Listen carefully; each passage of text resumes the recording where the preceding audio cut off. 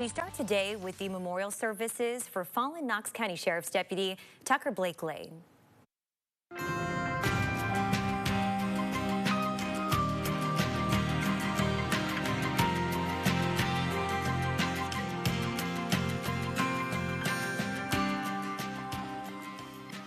Well, as we've been telling you, Deputy Blakely was shot in the line of duty last week and later died from his injuries. The sheriff's office says Blakely was working one of his last calls as a patrol deputy when he was shot and killed. He had just been selected to be a canine handler and had just picked up his dog before the shooting happened. However, his dream of being a canine officer was cut short. And now his brothers and sisters in blue in the community that he served are giving him a massive send-off. This is a live look at the memorial service going on inside Clear Springs Baptist Church. And you can see inside the sanctuary where Deputy Blakely's casket will lie in state before his celebration of life. People are coming out to pay their respects and remember the fallen deputy. Well, our team of reporters has been following the funeral services all morning. WATE 6 on your side's Kristen Gallant is outside the church right now as the visitation takes place inside. So, Kristen, it is going to be an extremely emotional day for so many people.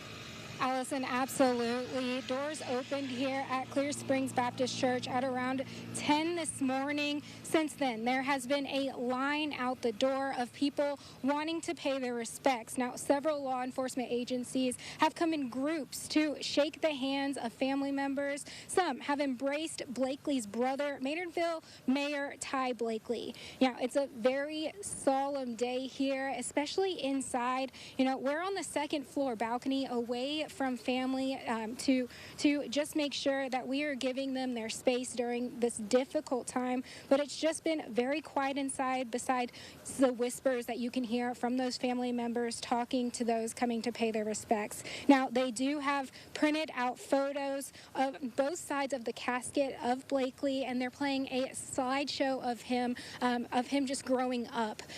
They are right now, the lobby is still full. The service is going to be at 2 p.m. this afternoon. But again, a lot of people still waiting to pay their respects. Allison. All right, Kristen, thank you so much. And Kristen is also giving us an idea of who will be in attendance and speaking at today's service. It will start with a prayer from Justin Pratt of the Knox County Sheriff's Office, followed by the opening conducted by Loudoun County Sheriff Jimmy Davis. A series of speeches will follow, first from Deputy Blakely's wife and uncle, after which the song "I Cross My Heart" will be played. Knox County Sheriff's Captain Jason Overton speaking next, followed by Blakely's mother. The song "You've Got a Friend in Me" from Toy Story will play, followed by speeches from Congressman Tim Burchett and Mayor Glenn Jacobs. Then more music, this time the song "Scars in Heaven." And Knox County Sheriff Tom Spangler giving the final speech.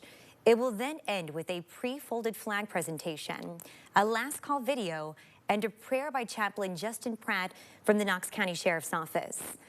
And before the visitation today, a massive procession taking place, escorting Blakely from Minot Funeral Home to Clear Springs Baptist Church in Coreyton. A WATE 6 on your side reporter, Molly O'Brien, was at the funeral home this morning when that procession began.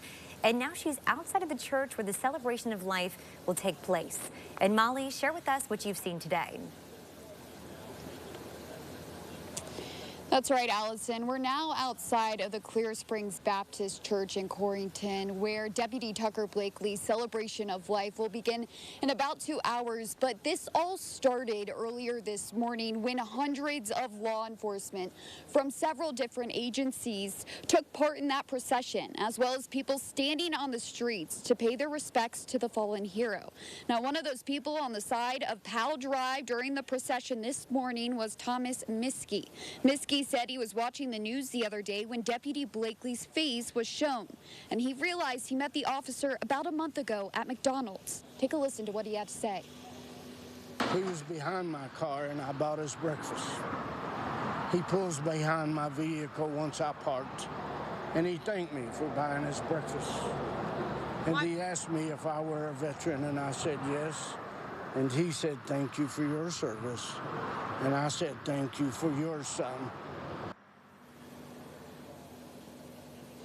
Now, like we've mentioned before, Deputy Blakely was also a military veteran. He joined the U.S. Army before joining law enforcement. But something that really stood out to me when I was talking to Miskey earlier today was he said even in his brief interaction with Deputy Blakely, he could tell he was a kind-hearted and genuine person. And that seems to be going with the theme we've been hearing about Deputy Blakely over the past couple of days. Of course, we will continue to cover Deputy Blakely's celebration of life that will begin at 2 p.m. today. Reporting live in Corrington, Molly O'Brien, WATE 6 on your side. All right, Molly, thank you so much. And you're going to hear more from Molly and Thomas Miskey later tonight at 4, 5, and 6. Meanwhile, continuing our coverage on that funeral procession earlier this morning, WATE 6 on your side reporter Dominic Webster was also on the procession route. And Dominic, what can you tell us about those moving moments when the police escort drove by? Yeah, Allison, around 9:45 this morning, the procession for Officer Blakely actually made its way down Emory Road and into the parking lot for Clear Springs Baptist Church. And lining the street were dozens of people showing and paying their respects for him. There was one lady out here with a thin blue line flag waving it as the procession rolled through. Officers were holding a salute as the hearse drove by. But for one couple, they said that seeing this type of support from everybody out here and all the different agencies involved was something special. It was more awesome than I thought it would be, the amount of support. So, truly a family. Now, both Lorraine and Michael were here well before that procession came through. They told me that it's so important for people to show and pay their respects for these officers because they put their life on the line every day that they put on that uniform. Live in Corrington, Dominic Webster, WATE 6 on your side. Yes, they do. Dominic, thank you. And we're going to hear more from Dominic about today's services that's coming up later today. And as memorial services continue today, we're taking a look back at what we know about Deputy Blakely's final moments. Everything started around 11:30 Sunday night when the sheriff's office responded to a domestic situation along Denver Lane. That's a small road that's right beside Pellissippi Parkway.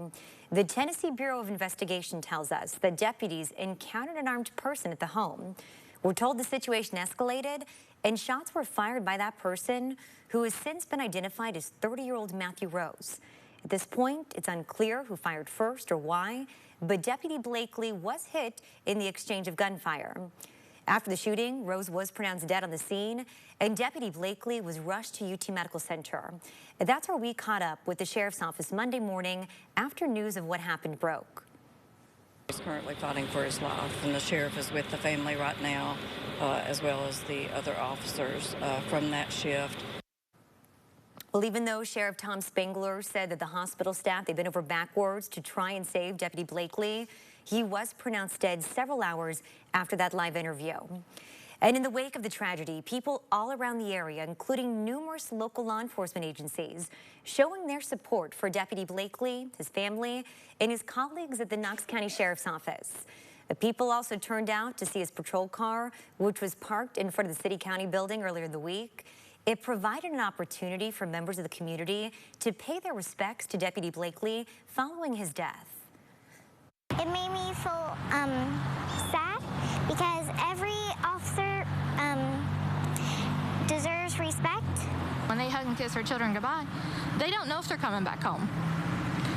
You know, they put their lives on the line every day to serve and protect our communities. And we will be continuing our coverage of memorial services for Deputy Blakely throughout the day. We're going to be going live as the funeral gets underway at 2 o'clock.